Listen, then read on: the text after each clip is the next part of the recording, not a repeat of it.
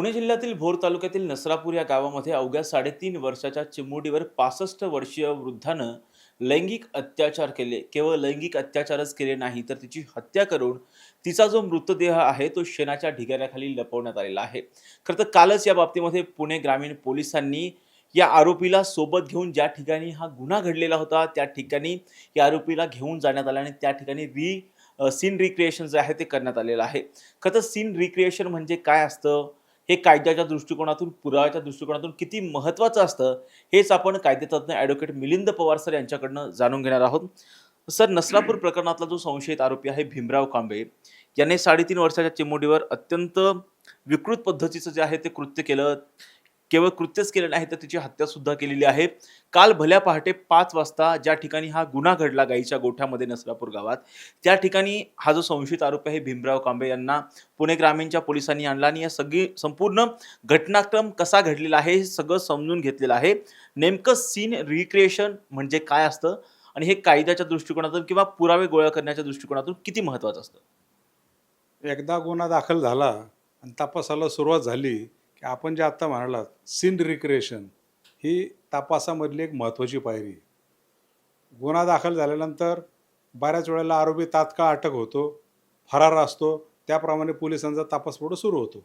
आता ह्या स्पेसिफिक ह्या गुन्ह्याचा आपण जर विचार केला, तर एकदा गुन्हा एफ-आय-आर दाखल झाल्यानंतर संबंधित आरोपीला तात्काळ पोलिसांनी अटक केली. अटक करून त्याला रीतसर फौजदारी न्यायालयासमोर हजर केलं. पोलिसांनी आम्हाला ह्या आरोपीची पोलीस कस्टडी का आवश्यक आहे, न्यायालयासमोर त्यांचे रिझन दिले. त्याप्रमाणे न्यायालयाने संबंधित आरोपीला पोलीस कोठडीमध्ये ठेवण्याचे आदेश केले. एकदा पोलीस कोठडीमध्ये ठेवण्याचे आदेश झाले की पोलिसांचा तपास सुरू होतो. आणि सगळ्यात पहिली पायरी म्हणजे की जी एफ-आय-आर आलेली असते. आता फिर्याद काय आहे, की बाबा समजा मी वाचलेली नाही, पण फिर्याद अशी असावी की अशी अशी आमची मुलगी खेळत होती आणि अचानक ती दिसायची बंद झाली, मिसिंग झाली, मिळून येत नाही, सापडत नाही. तपास सुरू केला, ती कुठं सापडत नाही. बऱ्याच लोकांनी, नातेवाईकांनी, मित्रमंडळी सगळ्यांनी शोध घेतला, ती कुठेही मिळून आली नाही. आणि म्हणून पहिल्यांदा बहुतेक मे बी मिसिंग कंप्लेंट दाखल झाली असावी. आणि ज्या वेळेला मग पोलिसांनी CCTV चेक केले, त्या CCTVमध्ये संबंधित ते बाळ, छोटीशी मुलगी ह्या आरोपीला बरोबर किंवा त्या आरोपी तिला घेऊन जाताना दिसला. त्या अनुषंगाने तपास केला. तपास केल्यानंतर ह्या आरोपीचा त्या गुन्ह्यामध्ये सहभाग निष्पन्न झाला आणि आरोपीला पोलिसांनी अटक केली. म्हणजे ज्या वेळेला ती फिर्याद दिली, त्या फिर्यादीला माहिती होतं का हा प्रकार घडला आहे? माहीत नव्हता. कळला कधी? CCTV फुटेज चेक केल्यानंतर. आणि मग चेक केल्यानंतर एकदा आरोपीला अटक केल्यानंतर आणि रीतसर पोलीस कस्टडी घेतल्यानंतर दिलेली फिर्याद आणि आरोपीला कस्टडीमध्ये घेतल्यानंतर आरोपींनी गुन्ह्यासंदर्भात दिलेली माहिती. मग आरोपीने सांगितलं असेल की माझ्याकडनं चूक झाली, कारण पेपरला वाचलं की त्याने गुन्हाही कबूल केला. चूक झाली, वॉटेवर जे काय असेल ते.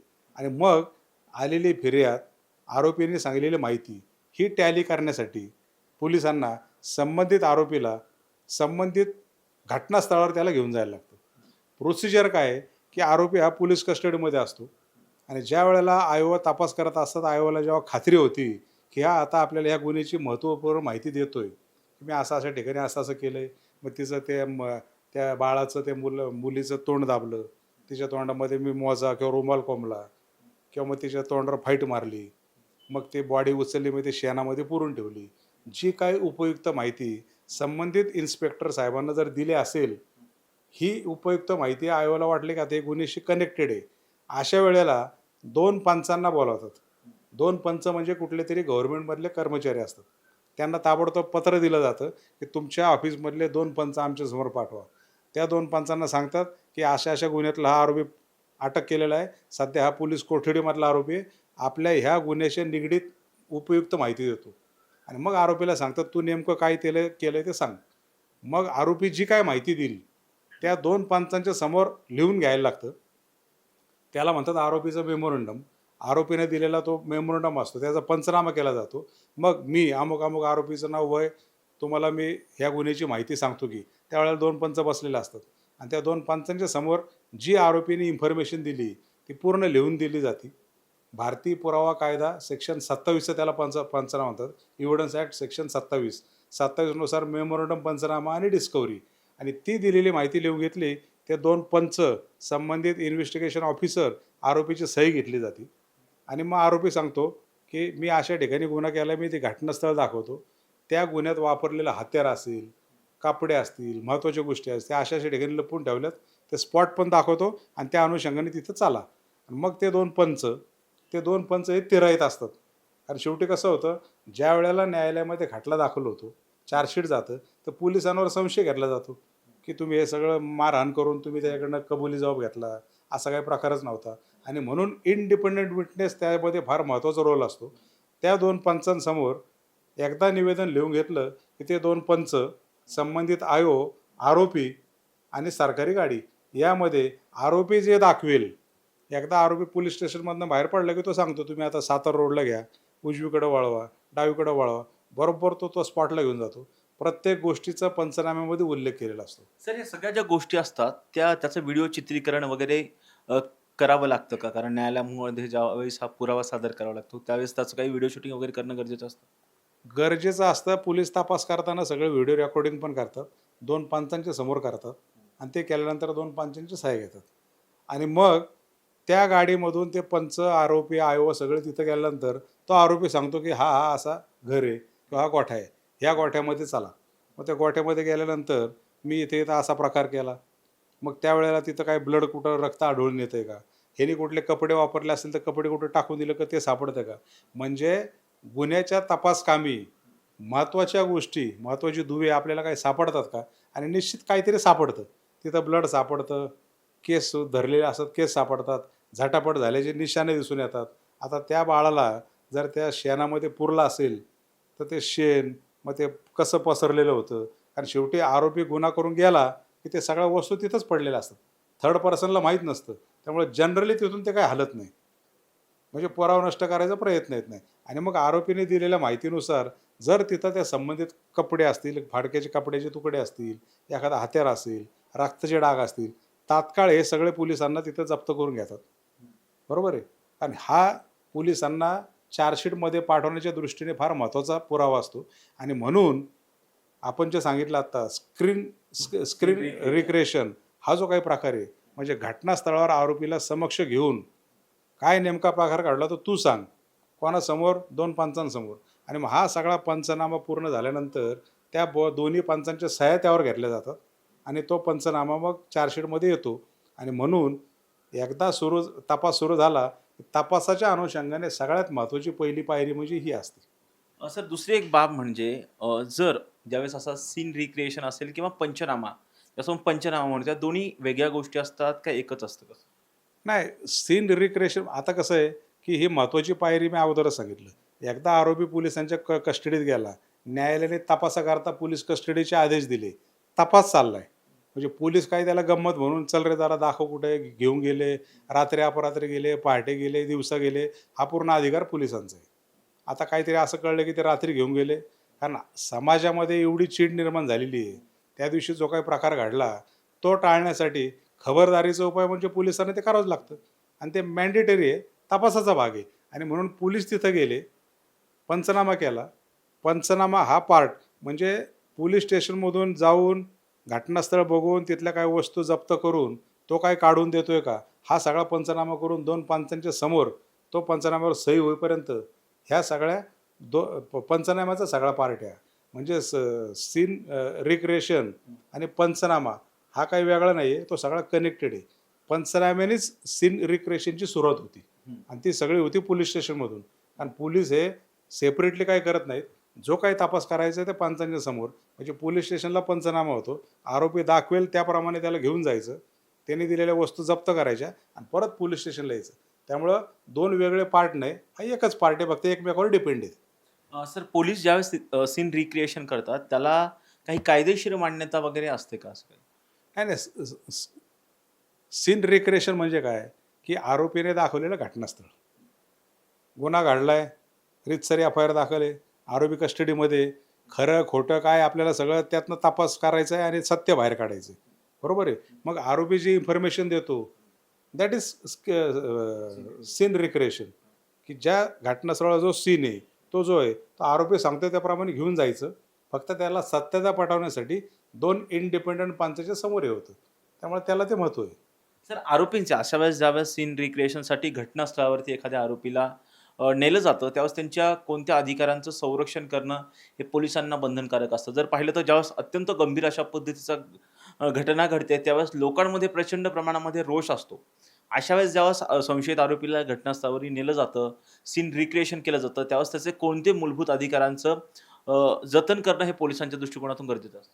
मुळात आपल्या कायद्यानुसार जोपर्यंत त्याला शिक्षा होत नाही तोपर्यंत तो कायद्याने गुन्हेगार नसतो. तो एक आरोपी आहे आणि तो तपासाचा भाग आहे. एकदा न्यायालयाकडनं रीतसर पोलीस कस्टडी घेतली की तो पोलिसांच्या ताब्यामध्ये असतो आणि एकदा पोलीस कस्टडी रीतसर घेतली की पोलिसांची जबाबदारी वाढलेली असते आणि म्हणून त्याचे कुठल्याही मानवी हक्कांचं उल्लंघन न होता जो तपास करावा लागतो ते पोलीस रीतसर पोलीस तपास करतात. आज समजा त्या स्पॉटवर घेऊन जाताना काही उद्रेक झाला, काही जमा झाला, काही मारहाण झाली, तर ही जबाबदारी पूर्ण पोलिसांची असते आणि म्हणूनच प्रिकॉशन म्हणून कोणालाही न सांगता, कारण तपास सुरू झाल्यानंतर प्रत्येक गोष्टीची स्टेशन डायरी एंट्री करायला लागते. आरोपीने इन्फॉर्मेशन दिली, ह्या वेळेला ताबडतोब 2 पंच बनवले, ह्या वेळेला 2 पंच आले, ह्या वेळेला आले ते, ह्या टायमिंगला आले, त्यांनी माहिती दिली, त्या टायमिंग असतो. सेकंदाला, मिनिटाला महत्त्व असतं आणि यामध्ये थोडी जरी काही चूक झाली तर त्याचा फायदा हा आरोपीला भविष्यात मिळत असतो. म्हणून चूक न होण्यासाठी पोलीस प्रयत्न करत असतात, त्यांच्या पद्धतीने तपास करतात. मग दिलेली इन्फॉर्मेशन आणि त्याप्रमाणे स्पॉटला गेल्यानंतर जो काही झालेला तपास आहे ह्या सगळ्या स्टेशन डायरीमध्ये एंट्री असतो आणि म्हणून हे करत असताना आरोपीच्या जे काही अधिकार आहेत, आरोपी मानव म्हणून, ते सगळे पोलीस करतात. त्याला रेग्युलर त्याला जेवण देणं, तो कसा सेफ राहील हे बघणं. शेवटी पोलीस कोण आहेत? तपासाची एक यंत्रणा आहे. पोलीस म्हणजे काही न्यायालय नाही. पोलिसांना जरी वाटलं की हिने आता गुन्हा केला आहे आणि सिद्ध झाला आणि सगळं कळलं आहे, देऊन टाकायला फाशी असं नसतं. पोलीस म्हणजे काय? फक्त तपास करून न्यायालयासमोर ठेवायचं. रिपोर्ट असतो आयोगाचा की ह्या गुन्ह्यामध्ये ह्या आरोपीच्या विरोधात गंभीर स्वरूपाचे सगळे पुरावे सगळे मिळून आलेत, आपल्यासमोर ठेवलेत. आता न्यायालयाने काय असेल ते योग्य तो निर्णय घ्यावा. शिक्षा द्यायची, निर्दोष सोडायचा, जे काय असेल ते. म्हणून पोलिसांचा तपास करत असताना आरोपींच्या बाबतीत जे काही अधिकार आहेत त्याला कुठलीही बाधा येणार नाही या प्रकारची प्रिकॉशन बऱ्याच वेळेला पोलीस घेताना दिसतात. सर, कोर्टामध्ये हे जे पुरावे असतात, हे आरोपीला शिक्षा होण्यासाठी कितपत महत्त्वाचे असतात? हे जे सीन रिक्रिएशनचं जो व्हिडिओ चित्रीकरण असेल किंवा पंचासमक्ष झालेला जो सगळा साक्ष वगैरे असेल, हे किती महत्त्वाचं आरोपीला शिक्षा होण्याच्या दृष्टिकोनातून कोर्टात हे किती महत्त्वाचं असतं आणि किती प्रमाणामध्ये हे सगळं ग्राह्य धरलं जातं? नाही नाही, हे महत्त्वाचाच पुरावा आहे. कारण कसं आहे, आता पुरावे न्यायालयासमोर फौजदारी खटला सुरू झाल्यानंतर मुळात पुराव्याचे काही प्रकार आहेत. सर्कमस्टॅन्शियल एव्हिडन्स, डायरेक्ट एव्हिडन्स म्हणजे डायरेक्ट आय विटनेस, मारताना बघताना पळून, लास्ट सीन टुगेदर असतो. शेवटी मी इथं दारामध्ये एकत्र जाताना पाहिले आणि पुढं काय झालं माहीत नाही, डायरेक्ट डेथ झालेली कळली. मग हे दोघं एकत्र गेले होते. मग संबंधित ज्याच्याबरोबर गेला त्याच्यावर संशय बाळगतो. डायरेक्ट हाणामाऱ्या झाल्या, काही गुन्हे घडले, डायरेक्ट आय विटनेस असतात. आता ही स्पेसिफिक आपण ह्या नसरापूरची केस घेतली तर ही परिस्थितीजन्य पुरावा. कारण डायरेक्ट कुणीच पाहिलं आहे का? शेवटी ते कुठं घडलं आहे? 4 भिंतीच्या आत एका गोठ्यामध्ये. हा प्रकार होता असताना कोणी आय विटनेस आहे का? कुणीच नाही. आणि मग अशा केसमध्ये चेन ऑफ एव्हिडन्स ज्याला म्हणतात, पुराव्यांची साखळी, ही प्रॉपर इन्व्हेस्टिगेशन करून न्यायालयासमोर ठेवणं ही फार मोठी पोलिसांची कसोटी असते. त्यामध्ये थोडा जरी लॅकून राहिला, थोडी जरी मागं पुढं चूक झाली तर संपूर्ण फायदा शेवटी संशयाचा फायदा हा आरोपीलाच द्यावा, हा आपला कायदा आहे. आणि म्हणून हे करत असताना ती चेन जुळली पाहिजे. प्रत्येक गोष्टीची लिंक थोडी जरी ब्रेक झाली त्याचा फायदा आरोपीला होतो आणि म्हणून या लिंक फार महत्त्वाच्या असतात.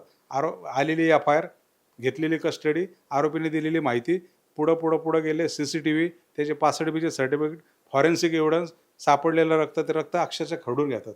ताबडतोब CA रिपोर्टला केमिकल ॲनालिसिसला पाठवतात. मग समजा त्या मुलीला तिथं ठोसा मारला असेल, की तुझ्या रेप झाला असेल, ब्लिडिंग झालं असेल, तिथं रक्त सांडलं असेल, तर ते रक्त स्पॉटवर जप्त झालेलं, त्याचे काही स्पॉट, काही थेंब आरोपीच्या अंगावर उडलेले असतील, त्याच्या कपड्यावर असतील, तर ते रक्त आरोपीच्या कपड्यावर मिळून आलं म्हणजे त्या अशा सगळ्या चेन एकमेकाला असे जुळत जातात. आणि ही कडी जोपर्यंत जुळत नाही तोपर्यंत आरोपीला शिक्षा होणं अवघड असतं. आणि जेव्हा का चेन फिट होते मग आरोपी शिक्षेपर्यंत पोचू शकतो. हा वकील म्हणून आमचा रोजचा अनुभव आहे. अर्थात हे होते कायदेतज्ञ ॲडव्होकेट मिलिंद पवार सर. नसरापूर प्रकरणामध्ये पाहिलं तर हा जो संशयित आरोपी आहे भीमराव कांबळे, याला काल भल्या पहाटे 5 वाजता ज्या ठिकाणी हा गुन्हा घडलेला होता त्या ठिकाणी पुणे ग्रामीणचे पोलीस त्याला घेऊन आलेले होते आणि त्या ठिकाणी कशा पद्धतीने हा सगळा प्रकार घडलेला आहे, कशा पद्धतीने काय काय प्रकार घडला होता, ह्या सगळीच विषयीची जी माहिती आहे पुणे ग्रामीण पोलिसांनी हा जो नसरापूर प्रकरणातला संशयित आरोपी आहे भीमराव कांबळे याच्याकडनं जाणून घेतली, समजावून घेतली. आणि त्याचबरोबर जर पाहिलं तर पोलिसांच्या दृष्टिकोनातून असेल तर सीन रिक्रिएशन हे पुराव्यांच्या दृष्टिकोनातून किती महत्त्वाचं असतं, त्याला न्यायालयामध्ये कितपत पुराव्याच्या बाबतीमध्ये मान्यता आहे, या सगळ्याच गोष्टींविषयी मिलिंद पवार सर यांनी विस्तृत पद्धतीने जी आहे ती माहिती दिलेली आहे. व्हिडिओ जर्नलिस्ट निलेश लोहारसह राजरत्न जोंधे, टॉप न्यूज मराठी, पुणे. तुमची car, electric panel, data server आगीपासून सुरक्षित आहे का? नाही? मग आजच बसवा F protect temperature activated fire suppression device. यामध्ये आहे eco friendly non toxic pressurised liquid, जे आग लागल्यास क्षणार्धात ऍक्टिव्हेट होऊन आगीवरती मिळवते नियंत्रण. बसवण्यास अतिशय सोपे आणि सुटसुटीत. टेकालिपचे एक दर्जेदार उत्पादन एफ प्रोटेक्ट.